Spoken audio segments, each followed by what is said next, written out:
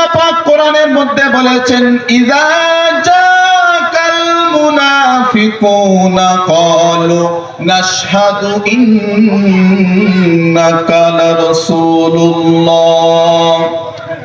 প্যারে হাবিব আমার, আখির জামানার নবী, নবী সাইয়্যিদুল মুরসালিন নসলে আরব ওয়াল আজম হুজুরে পাক আলাইহিস সালাতু ওয়াস সালামকে লক্ষ্য করে বলছেন, নবী ইযা জাকাল মুনাফিকুনা, যখন মুনাফিকরা আপনার কাছে আসে, ক্বালু নাশহাদু ইন্নাকা লারাসূলুল্লাহ, তারা আপনার সামনে বলে আমরা সাক্ষ্য দিচ্ছি আপনার রাসূল। কোরআনের আয়াত কি বলছে? আল্লাহ পাক নবীকে বলছে, নবী মুনাফিকরা আপনার কাছে আসে, এসে সামনাসামনি মুখে মুখে কি বলে যে আপনি আল্লাহর রাসূল, আমরা মেনে নিচ্ছি।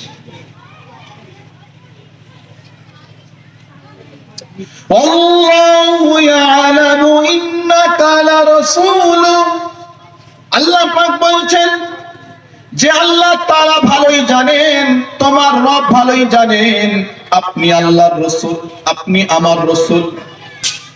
আল্লাহ পাক জানেন মুনাফিকদের বলার সাথে কোনো যায় আসে না।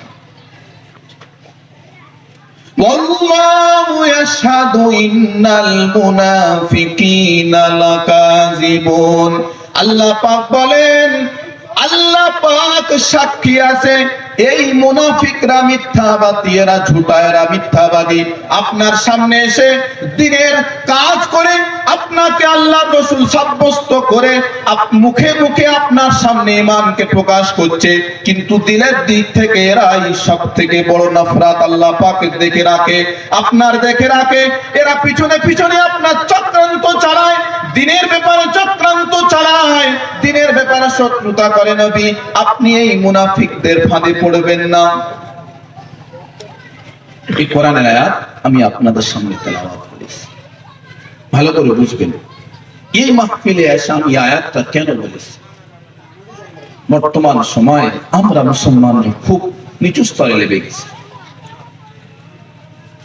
800 কোটির বেশি পৃথিবীতে মানুষ বসবাস করে। কত বলুন? 800 কোটি। 200 কোটির বেশি মুসলমান। কথাগুলো বুঝবেন, খুব দামি কথা। সামনে সরে আসে, আমি বলেছি পিছনে লোক আসছে, আমাদের বসতে দেন। আপনিও সওয়াবের হিস্সা হন, অপরকে হওয়ার তৌফিক দেন, এটাই তো নাম মুসলমানের পরিচয়। কথা থেকে সামান্য সরে যাবেন না, আপনার কিছু বুঝে আসবে না। একের পর এক জোর। পৃথিবীতে 800 কোটি মুসলমান, এই মুসলমান না 800 কোটি মানুষ বসবাস, তার মধ্যে 200 কোটির অধিক মুসলমান। কিন্তু ধর্মের দিক থেকে মুসলমান, বেসিক দিক থেকে মুসলমান দুনিয়ার বুকে একে নয়। ইহুদি। কারা? ইহুদি। ইহুদিরা বলে যে জুমার নামাজে যেরকম মুসলমানদের ভিড় হয়, যদি প্রত্যেক দিন ফজরে মসজিদে জুমার মতো যদি ভিড় হয়, সেদিন মুসলমানরা দুনিয়ার বুকে রাজত্ব চায়। ইহুদিরা পর্যন্ত বলতে বাধ্য। কারা বলছে? যারা ধর্মের দিক থেকে বেশি সংখ্যক মানুষ পুরো দুনিয়ার বুকে ইহুদি। দ্বিতীয় স্টেপে আমাদের মুসলমান, প্রায় 200 কোটির অধিক মুসলমান এদেশে পুরো দুনিয়াতে বসবাস করে।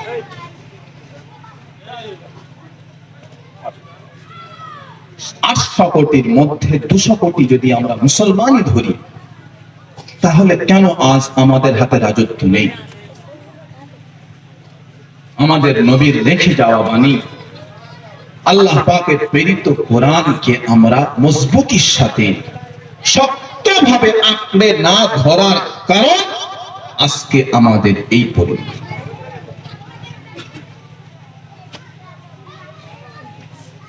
যাই হোক, হাদিস আপনাদের সামনে শুনিয়েছি।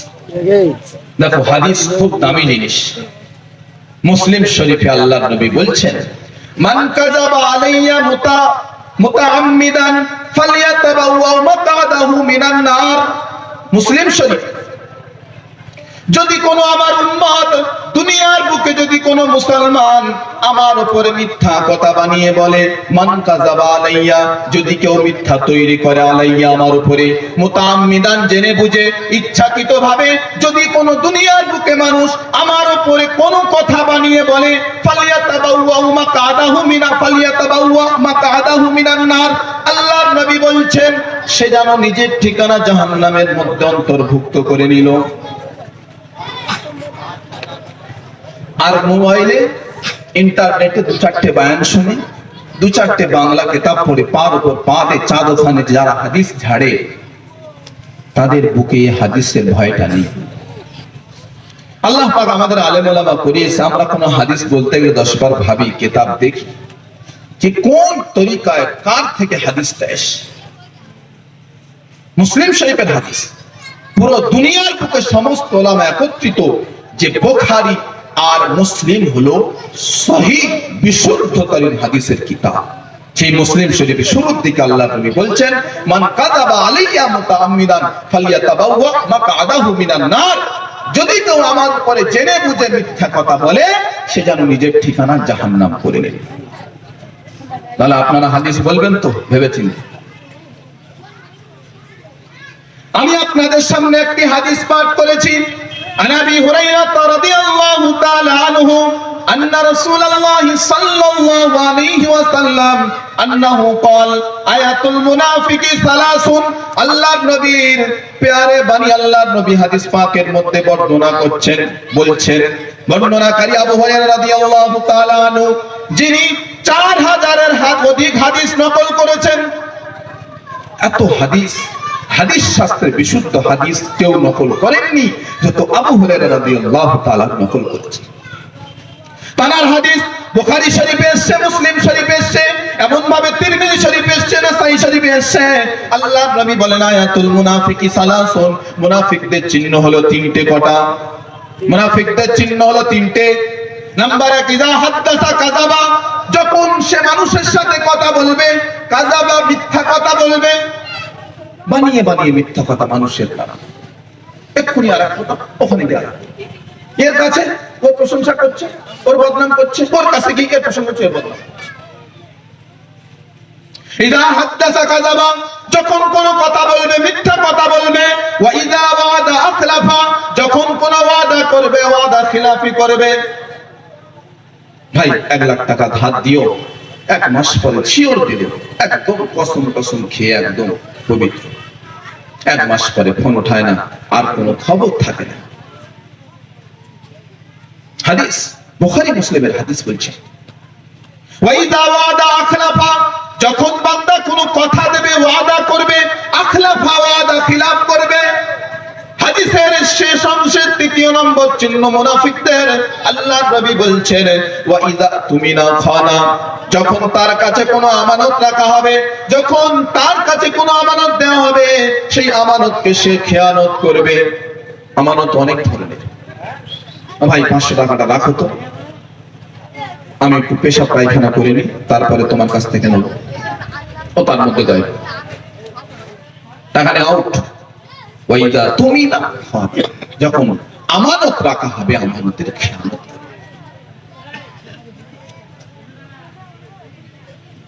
আমি ঠাকুমা ঝুলির গল্প শোনাইনি, হাদিস বলছি। এই হাদিসটা বুখারী শরীফে এসেছে, মুসলিম শরীফে এসেছে, তিরমিজি শরীফে এসেছে, এমন করে নাসাঈ শরীফে এসেছে। আপনারা ভাবছেন শুধু হাদিসের কিতাবের নাম বলছেন। বুখারী শরীফ আপনারা চেনেন, বুখারী শরীফের মধ্যে 4000-এর অধিক, অনেক জায়গায় 7000-এর মতো হাদিস নকল করেছেন ইমাম বুখারী রাহমাতুল্লাহ আলাইহি। বুখারীর 2টো খণ্ডের মধ্যে প্রথম খণ্ডের উপরে লেখা আছে আসাহুল কুতুব বাদা কিতাবিল্লাহ সহিহুল বুখারী। আসাহুল কুতুব, সমস্ত কিতাব গ্রন্থের মধ্যে সবথেকে বিশুদ্ধতরীণ কিতাব আসাহুল কুতুব বাদা কিতাবিল্লাহ, আল্লাহ পাকের কিতাব অর্থাৎ কোরআনুল কারীমের পরে। আসাহুল কুতুব বাদা কিতাবিল্লাহ, কোরআনুল কারীমের পরে সবথেকে বিশুদ্ধতরীণ কিতাব as-সহিহুল বুখারী, বুখারী শরীফ। ইমাম বুখারী রাহমাতুল্লাহ আলাইহি প্রত্যেকটা হাদিস লেখার পূর্বে একবার গোসল করেছেন, একবার ওযু করেছেন, আর 2 রাকাত করে নামাজ পড়েছেন। আপনি যদি 4000-এর মতো হাদিস মেনে চলেন, এর অধিক অনেক হাদিস আছে, যদি 4000 মেনে চলেন, ইমাম বুখারী রাহমাতুল্লাহ আলাইহি 4000 বার গোসল করেছেন, 4000 বার ওযু করেছেন, 8000 রাকাত নামাজ পড়েছেন ইমাম বুখারী রাহমাতুল্লাহ আলাইহি। তবে গিয়ে কিতাবটি সম্পূর্ণ হয়েছে, মা বলে কোনো কিতাব নয়। সমস্ত উলামা একত্রিত কোরআনুল কারীমের পরে দুনিয়ার সবথেকে বিশুদ্ধতরীণ কিতাব হলো বাদা কিতাবিল্লাহ সহিহুল বুখারী, সহিহ বুখারী। সেই হাদিসের কিতাবে হযরত আবু হুরায়রা রাদিয়াল্লাহু তাআলা আনহু থেকে আল্লাহর নবী বলছেন, মুনাফিকের এই তিনটে চিহ্ন, যখন সে কথা বলবে মিথ্যা কথা বলবে, যখন ওয়াদা করবে মানুষের সাথে কথা দেবে, কথা রাখতে পারবে না, ওয়াদা খিলাফি করবে, আর যখন তার কাছে কোনো আমানত স্বরূপ রাখা হবে সে আমানতের খেয়ানত করে বসে থাকবে, সে পাক্কা মুনাফিক। আর মুনাফিকের ঠিকানা কোথায়? এতক্ষণ তো শুনলেন, এতক্ষণ তো আপনাদের সামনে মুনাফিকদের চিহ্ন বর্ণনা করলাম। আপনি কাকে মুনাফিক বলবেন, কাকে মুনাফিক বলবেন না? ইন্নাল মুনাফিকিনা ফিদ দারকিল আসফালি মিনান নার। মুনাফিকরা হবে জাহান্নামের সবথেকে নিচু ঘাটির মধ্যে, যাদের বাসস্থান হবে মুনাফিকদের মধ্যে, অর্থাৎ কাফেরদের থেকেও আরো কঠিন জায়গা হবে মুনাফিকদের। নাউজুবিল্লাহ বলা যাবে না? মুনাফিকরা কাফেরদের থেকেও নিচু। ইন্নাল মুনাফিকিনা, অবশ্যই মুনাফিকরা ফিদ্দারকিল আসফালি মিনান নার, জাহান্নামের সবথেকে নিচু ঘাটির মধ্যে মুনাফিক থাকবে। অর্থাৎ কাফিরেরা নিচে দরজায় স্থান পেল না, দুনিয়ার বুকে গুনাহগাররা স্থান পেল না, কিন্তু যারা মুনাফিক জাহান্নামের সবথেকে নিচু তবকায় গিয়ে স্থান পেল। তাহলে কি তারা ভালো নাকি? আরে জাহান্নামের সবথেকে নিচু যারা স্থান পেল তারা কি ভালো? আল্লাহ পাক আমাদেরকে হেফাজত করুক মুনাফিক থেকে, সকলে মিলে আল্লাহুম্মা আমিন। কাফের কাকে বলে, মুনাফিক কাকে বলে, মুমিন কাকে বলে, মুসলিম কাকে বলে আমরা চিনলাম না। চিনবো বা কি করে?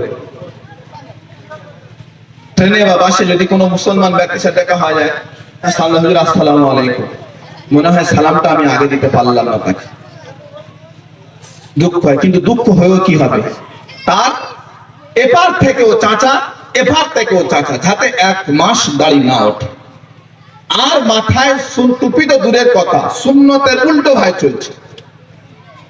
সুন্নতের ইহুদি খ্রিস্টানদের তরিকায় মাথার চুলের কাটিং করছে, ড্রেস গুলো সেরকম। তাহলে আপনি কি বিশ্বাস করে ভাববেন যেটা মুসলমান ভাইকে সালাম, যদি সে হিন্দু হয় গালে দেবে একটা চড়? আর হিন্দুদের সালাম দেওয়া মানা, এই মশলা আপনারা জেনে রাখেন। কোন হিন্দু ধর্মের মানুষদেরকে সালাম দেওয়া মানা। কেন? সালামের অর্থ কি? আসসালামু আলাইকুম ওয়া রাহমাতুল্লাহি ওয়া বারাকাতুহু, আল্লাহ পাক তোমার উপরে রহমত নাজিল করুক, রহমত বর্ষিত করুক। তাহলে আমরা যখন হিন্দু ব্যক্তিকে সালাম দেব তখন তার অর্থ কি হবে? যে আল্লাহ পাক আপনার উপর রহমত বর্ষিত করুক। কিন্তু মুসলমান ছাড়া কারোর জন্য এই দোয়া করা চলবে না। ইব্রাহিম আলাইহিস সালাতু ওয়াস সালাম নবীর নাম, তার পিতা মুমিন ছিল না, ঈমানদার ছিল না। তার জন্য যখন ইব্রাহিম আলাইহিস সালাতু ওয়াস সালাম আল্লাহ পাকের কাছে হাত তুলেছে, আল্লাহ আমার পিতাকে maaf করে দাও, আল্লাহ পাক বলেন, ইব্রাহিম খলিলুল্লাহ, তুমি আমার নবী, তোমার পিতা গয়ের মুমিন, মুমিন না হওয়ার কারণে, ঈমানদার না হওয়ার কারণে তুমি তার জন্য দোয়া চাইতে পারবে না। কাকে মানা করা হচ্ছে? নবীকে মানা করা হচ্ছে। তা আমরা তো লাল রূপানি।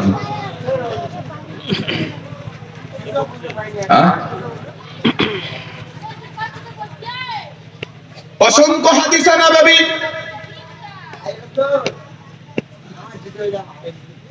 আল্লাহর নবীর জামানায় একটা মুনাফিক ছিল, মুনাফিকদের সর্দার, নাম আব্দুল্লাহ ইবনে উবাই ইবনে সালুল। নাম কি? আব্দুল্লাহ ইবনে উবাই ইবনে সালুল। পাক্কা কঠোর মুনাফিক। ইসলামের সবথেকে বড় শত্রুতা মুনাফিকের দিক থেকে এই আব্দুল্লাহ ইবনে উবাই ইবনে সালুল। কঠোর মুনাফিক, এত খতরনাক মুনাফিক দুনিয়ার বুকে আসে, মুনাফিকদের সর্দার। আল্লাহর নবী একদিন ফজরের নামাজের পরে মসজিদে নববীতে বসে গেলেন সাহাবাদেরকে নিয়ে কিছু ওয়াজ নসিহত করার জন্য। হঠাৎ একটা সুন্দর সাহাবী নাম আব্দুল্লাহ, নাম কি তার ছিল? আব্দুল্লাহ। তিনি দাঁড়িয়ে বললেন, ইয়া রাসূলুল্লাহ, ইয়া হাবিবাল্লাহ, হুজুর আমি আপনার সাহাবী, কিন্তু আপনার কাছে আমার একটা আজকে বড় দুঃখ প্রকাশ করব। ইয়া রাসূলুল্লাহ, আমার পিতা আব্দুল্লাহ ইবনে উবাই ইবনে সালুল দুনিয়ার বুক থেকে বিদায় নিয়ে চলে গেছে। ইয়া রাসূলুল্লাহ, আমার পিতা ইন্তেকালের পূর্বে আমার কাছে ডাক দিয়ে বলেন, বেটা আব্দুল্লাহ, তুমি আমার কাছে এসো, আমার শেষ ওসিয়তটা তুমি শুনে নাও। বেটাকে কাছে ডেকে বলল, বেটা আব্দুল্লাহ, তুমি তো আল্লাহর নবীর সাহাবী,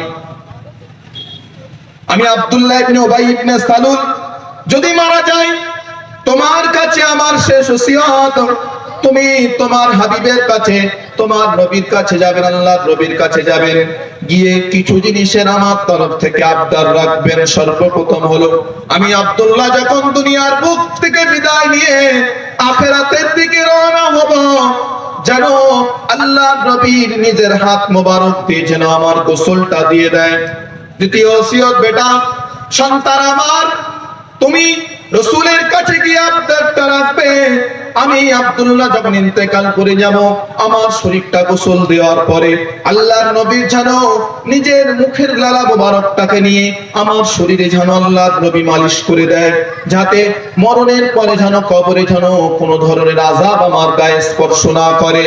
বেটা আব্দুল্লাহ সন্তান আমার, তৃতীয় ওসিয়ত হলো, যখন আমার আল্লাহর নবী গোসল দিয়ে দেবে, লালা মোবারক দিয়ে যখন আমার শরীরটাকে মালিশ করে দেবে, আল্লাহর নবীর একটা জুব্বা মোবারক বা একটা জামা নিয়ে আমার শরীরে কাফন পরাবে, অন্যান্য কোনো কাপড় দিয়ে যেন আমাকে কাফন পরাবে না।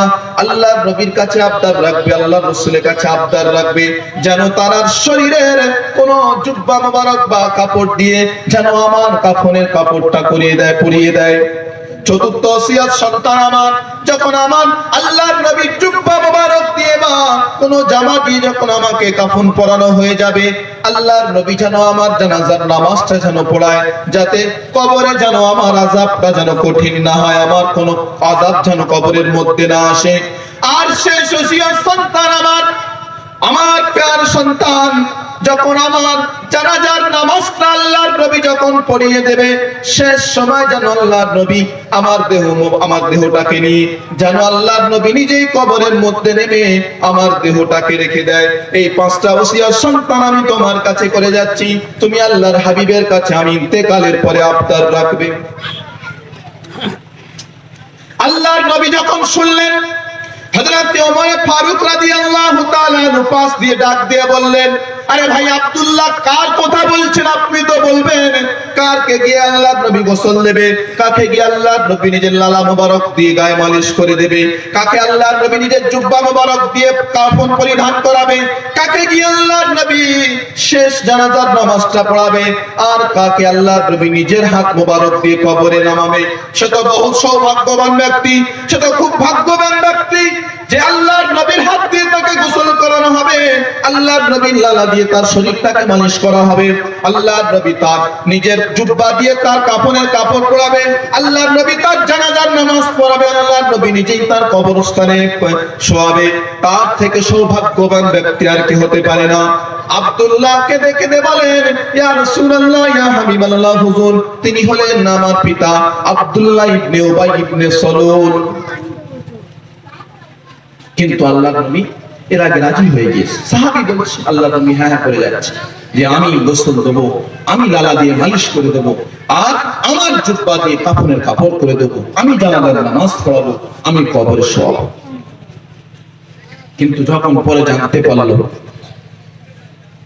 যখন গোসল দেওয়া হয়ে গেল, আব্দুল্লাহ ইবনে উবাই ইবনে সালুলের ইন্তেকালের পরে গোসল দেওয়া হয়ে গেল, আল্লাহর নবী নিজে গোসল দিলেন, আল্লাহর নবী নিজের মুখের লালা মোবারক দিয়ে তার শরীরে মালিশ করলেন। আল্লাহর নবী যখন নিজের জুব্বা দিয়ে কাফন পরিধান করালেন, চতুর্থ ওসিয়তে গিয়ে যখন আল্লাহর নবী জানাজার তাকবীরের হাত তুলেছে,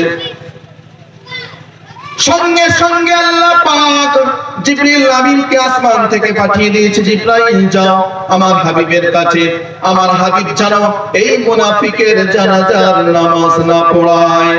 জিবরিল আমিন আলাইহিস সালাতু ওয়াস সালাম আল্লাহর নবীর কাছে আসলেন, সালাম দিয়ে বললেন, ইয়া রাসূলুল্লাহ, ইয়া হাবিবাল্লাহ, হুজুর আপনি যে হাত তুলেছেন তাকবীর বাঁধার জন্য, আপনি আর আপনার হাতটাকে নিচে করবেন না ইয়া রাসূলুল্লাহ। আল্লাহ পাক ঘোষণা করে দিয়েছে পাক্কা মুনাফিক আব্দুল্লাহ ইবনে উবাই ইবনে সালুল এর জানাজার নামাজ আপনি পড়াতে পারবেন না।